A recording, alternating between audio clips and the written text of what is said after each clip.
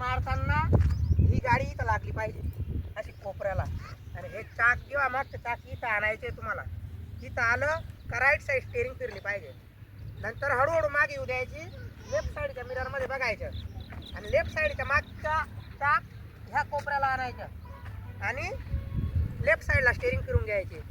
लगेच राईट साईडच्या मिररमध्ये बघायचं आणि ती लेनवर गाडी चालत नाही काही दक्षता घ्यायची फक्त. नंतर सरळ पुढे घ्यायची आणि थोडी इथून जेवण लावायची या लाईनला आणि तुमच्या लेफ्ट साईडच्या मागच्या चाकी ह्या कोपऱ्याला आणून इथून टर्न घेऊन घ्यायचा आहे, म्हणजे लेफ्ट साईड स्टेअरिंग फिरून द्यायची.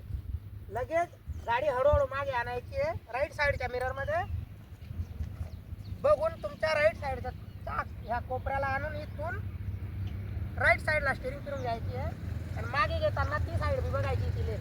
लगेच गाडी हळूहळू सरळ आणायची आहे पुढे. आता मी गाडी चालवून दाखवतो अतिशय हळू.